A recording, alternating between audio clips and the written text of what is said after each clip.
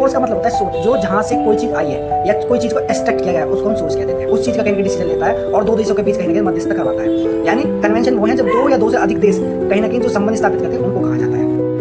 Hello everyone, तो भाई आज बात करने वाले इंटरनेशनल लॉ के चैप्टर 3 जो कि है source of international law. Source का मतलब होता है सोच, जो जहाँ से कोई चीज़ आई है या कोई चीज़ को एक्सट्रैक्ट किया गया है उसको हम सोर्स कह देते हैं। अब इसमें अगर हम सोर्स की बात करें तो इसमें 6 तरीके के सोर्स बताए गए हैं जिनसे कहीं ना कहीं इसको इंटरनेशनल लॉ को लिया गया है। तो इसमें 6 तरीके के सोर्स है। सबसे पहला जो है इंटरनेशनल अभिसमय यानी इंटरनेशनल कन्वेंशन। अब कन्वेंशन का मतलब थोड़ा आपको डिफिकल्ट लग सकता है क्योंकि इसका वर्ड थोड़ा कन्वेंशन डिफिकल्ट टाइप है, पर कन्वेंशन का मतलब कहीं ना कहीं वो ट्रीटी हैं जो दो देशों के बीच होती हैं। तो इसमें अनुच्छेद जो 38 है, जो कि हमारे इंटरनेशनल कोर्ट के द्वारा जो संविधि बनाई गई है, उसका अनुच्छेद जो 38 है उसमें कहीं ना कहीं इस बारे में बताया गया है जब कोर्ट किसी भी डिसीजन में अटक जाता है या कोई कोर्ट किसी तरह का डिसीजन नहीं ले पाता तो वो कहीं ना कहीं अनुच्छेद 38 से सोर्स देख उस चीज़ का कहीं ना कहीं डिसीजन लेता है और दो देशों के बीच कहीं ना कहीं मध्यस्थता करवाता है। अगर मैं इंटरनेशनल कोर्ट ऑफ जस्टिस की बात करूँ तो इंडिया कहीं ना कहीं इसका मेंबर नहीं है और इंडिया पे ये रूल कहीं ना कहीं अप्लाई नहीं होते, पर ये हमारे सब्जेक्ट में तो इसलिए हम इसको पढ़ते हैं।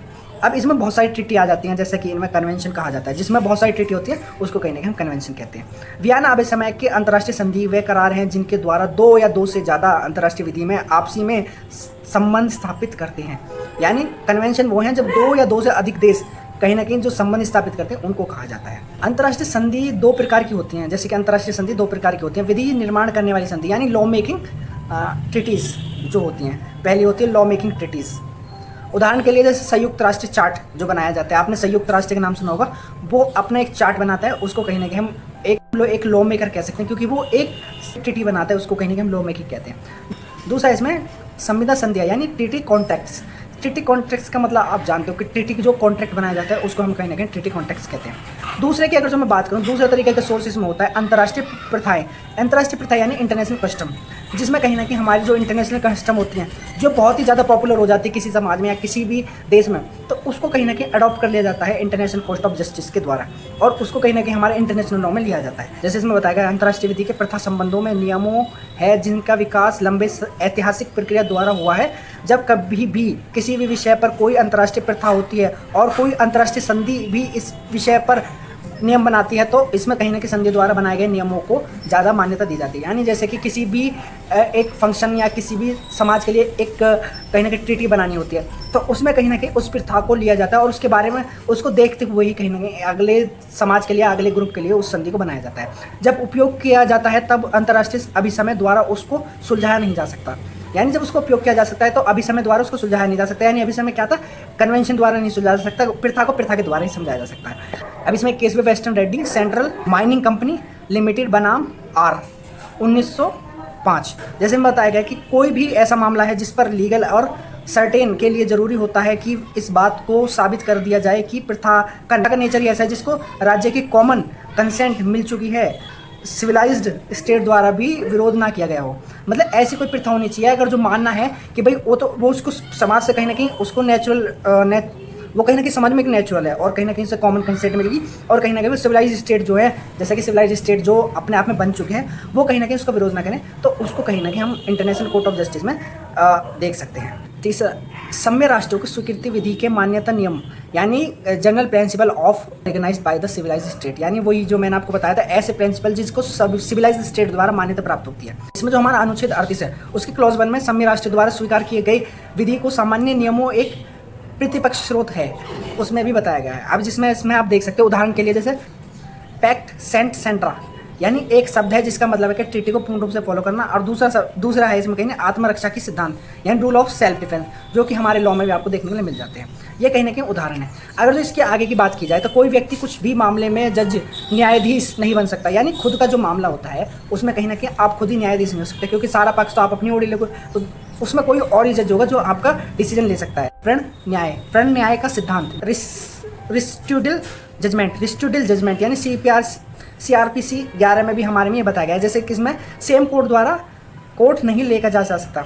मतलब उसमें बताया गया कि सेम मामले को कहीं ना कहीं सेम कोर्ट में दोबारा नहीं लिया जा सकता। उसके लिए जैसे आपने लोअर कोर्ट में एक बार मामले ले गए फिर उसको मामले के डिसीजन आ गए तो उसके बाद कहीं ना कहीं आप उसी कोर्ट में उस मामले को दोबारा नहीं ले जा सकते। तीसरा इसमें बताया गया विवंदित का मतलब है स्टॉपेबल, यानी जो चीज़ है उसको कहीं ना कहीं रोक देना। यानी विबंधित कर देना, यानी एक बार जो खो गया है उसको दोबारा नहीं किया जा सकता, तो ये बताया गया। कन्वेंशन और कस्टम में अगर नहीं है तो इसका उपयोग किया जाता है। अगर जो कन्वेंशन और कस्टम नहीं है तो तब हम कहीं ना कहीं general principle of recognised by state civilised state का उपयोग करते हैं। इसके उपयोग करते समय दायरे सीमित नहीं होने चाहिए। यह रूल आप राज्यों के नेशनल रूल पर भी अप्लाई होना चाहिए, यानी ये कहीं ना कहीं जब आप अप्लाई करते हो तो कहीं ना कहीं राज्य के जो रूल्स हैं उन पर भी अप्लाई होना चाहिए, और इसकी कोई सीमा नहीं है, ये कितना भी वाइल्ड हो सकता है। ज़्यादातर कम्युनिटी और समुदाय द्वारा मान्यता प्राप्त हो। ये जो कहीं ना कहीं जो जनरल प्रिंसिपल है जो कहीं ना कहीं ज़्यादातर स्टेट और लोगों द्वारा मान्यता प्राप्त होगा, इसको जब भी माना जाएगा कि हाँ भाई ये एक रूल्स है या फिर ये एक कस्टम है। न्याय अधिकरणों और न्यायालयों के निर्णय, इसी तरह जुडिशरी और आर्बिट्रल ट्रिब्यूनल, इसकी स्पेलिंग में नीचे लिख दूंगा भाई थोड़ा इसमें बताया गया संविधान के अनुच्छेद 38 के घ के अंतर्गत ये निर्णय विधि के नियमों को निर्धारित करने के लिए केवल गौण साधन है, यानी केवल एक माध्यम है कि उसको कहीं ना कहीं डिसीजन को लाने के लिए। जैसे इसमें कोई बहुत सारी चीज़ आती है, जैसे international court of justice, different countries court यानी डिसीजन, यानी मैनिपुलेटिव कोर्ट ऑफ डिसीजन यानी URIL, और ट्रिब्यूनल कोर्ट। तो इनके भी कहीं ना कहीं डिसीजन को इंटरनेशनल कोर्ट देखता है और उनसे भी कहीं ना कहीं एक डिसीजन बनाने की कोशिश करता है। तो इसमें ये बताया गया। अब इसमें पांचवा जो है वो है कहीं ना कहीं विधि शास्त्रियों की रचनाएं, यानी जो बड़े बड़े विधि शास्त्री हैं उनकी भी कहीं ना कहीं जो रचनाएं होती है उनसे भी कहीं ना कहीं कोर्ट प्रेरित होता है, और उसके माध्यम से भी कहीं ना कहीं उसको भी एक स्रोत मानता है। जैसे उच्च कोटि के जो लोग होते हैं उनकी विधि शास्त्रियों के मतों और रचनाओं को विधि शास्त्रीय नियमों के तय करने के लिए गौण साधन माना जाता है, यानी जो भी डिसीजन देना है उनके जो रचनाएं हैं उनके द्वारा भी कहीं ना कहीं उसको गौण साधन माना जा सकता है। अब इसमें जो छठा है वो है कहीं ना कहीं अंतर्राष्ट्रीय संस्थाओं के अंगों के निर्णय, यानी decision of the organ of international institute. अब ऑर्गन इंस्टीट्यूट में जब भी आपको नाम देना हो तो सबसे पहला जो नाम आना चाहिए आपके मन में वो आना चाहिए UNO। क्या है UNO का मतलब है यूनाइटेड नेशन, जिसमें आप जनरल असेंबली देखते हैं, और जो जनरल असेंबली होती है वो कहीं ना कहीं आधुनिक समय में अंतर्राष्ट्रीय संस्थाओं के अंगों के निर्णय में भी अंतर्राष्ट्रीय विधि के विकास में सहायक पहुंचाती है।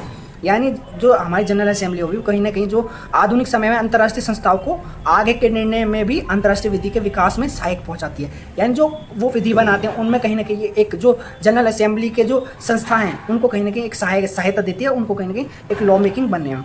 इसमें एक राइटर है जो अपनी एक परिभाषा देते हैं कि अंतर्राष्ट्रीय संस्थाओं का अंग इस तरीके से अंतर्राष्ट्रीय विधि का विकास कर सकती है। अगर जो वो इन चीज़ों को फॉलो करे, जैसे कि इन 6 सोर्सों को फॉलो करे, तो वो कहीं ना कहीं अंतर्राष्ट्रीय विधि का विकास कर सकती हैं। तो ये इसमें बताया गया है। तो आपको ये वीडियो भाई कैसी लगी भाई, लाइक करें, कमेंट करें, शेयर करें, सब्सक्राइब करें। Thank you so much for watching.